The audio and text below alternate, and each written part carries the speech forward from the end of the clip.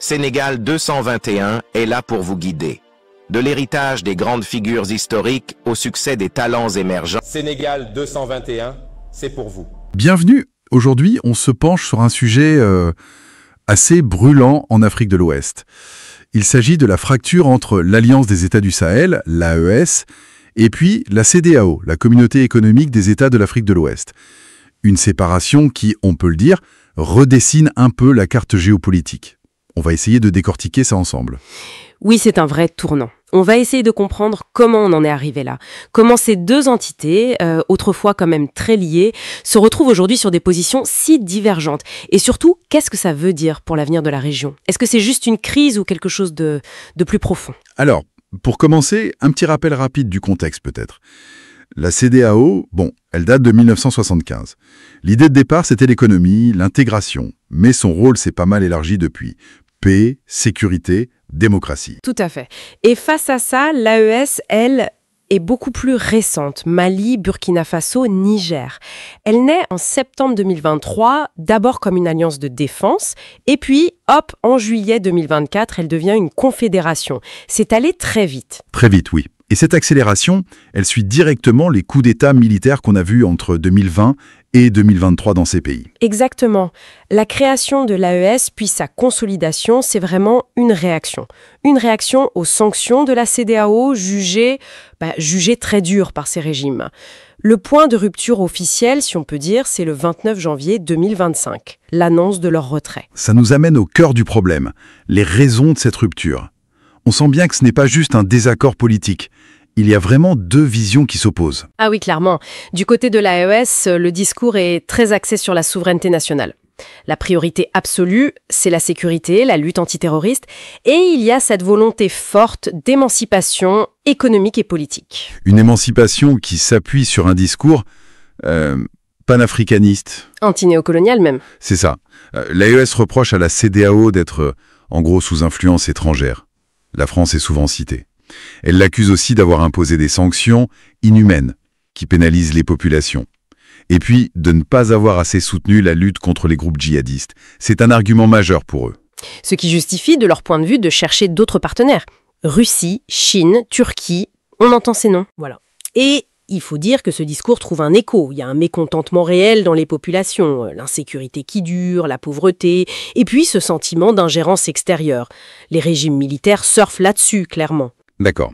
Et de l'autre côté, la CEDEAO, elle reste sur ses fondamentaux. Oui, la CEDEAO met en avant le retour à l'ordre constitutionnel, les principes démocratiques, son fameux protocole de 2001. Sa réaction au coup d'État, les sanctions, les menaces d'intervention, c'était pour défendre ces normes régionales. Mais cette réaction a été vue comme punitive par l'AES. Et ça a renforcé leur position de rupture, finalement. C'est le cercle vicieux. Alors, venons-en aux conséquences. Parce que là, ça devient concret. Qu'est-ce que cette division implique? Elles sont multiples. Politiquement, déjà, on voit une fragmentation de l'espace ouest-africain. L'autorité de la CEDEAO est affaiblie, c'est indéniable, et ça pourrait encourager d'autres régimes militaires. Une sorte d'autoritarisme compétitif, si on veut. Un effet domino potentiel. Potentiel, oui. Et en parallèle, on voit bien ce rééquilibrage géopolitique.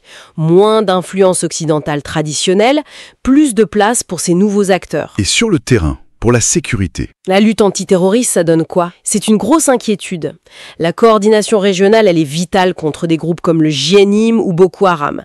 Si chacun mène sa stratégie dans son coin, ça risque d'affaiblir l'effort global.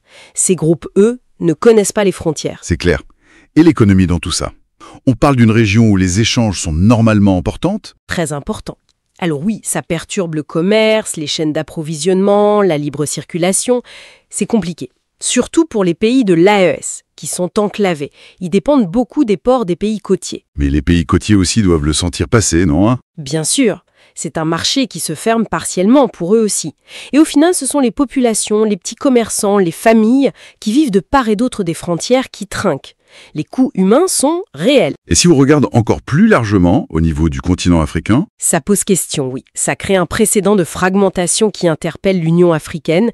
Ça peut fragiliser des projets comme l'architecture africaine de paix, de sécurité, ou même la zone de libre-échange continentale, la ZLCAF. Pourtant, malgré ce tableau assez sombre, on entend parler d'efforts diplomatiques, de pragmatisme. Il y a encore des ponts. Oui, la rupture politique est forte, mais la diplomatie n'est pas totalement coupée. Le Nigeria, le Sénégal essaient de maintenir un dialogue. La CEDEAO elle-même dit que la porte reste ouverte et on a vu des arrangements pratiques pour les citoyens de l'AES. Et même un accord de coopération sécuritaire, c'est ça, Spax? En mai 2025, malgré tout. Exactement. C'est assez paradoxal. Un accord de coopération sécuritaire entre l'AES et la CEDEAO alors que la rupture politique est consommée. Ça montre bien que, malgré tout, l'interdépendance est là. Les défis communs, notamment sécuritaires, obligent un minimum de coopération. Une sorte de coexistence forcée, alors. La politique divise, mais la réalité du terrain oblige à collaborer. C'est un peu ça, une rupture dure au niveau institutionnel, mais une sorte de séparation douce sur certains aspects pragmatiques. Les réalités géographiques, économiques, sécuritaires sont têtues. Ce qui nous amène à une dernière réflexion, peut-être une question ouverte.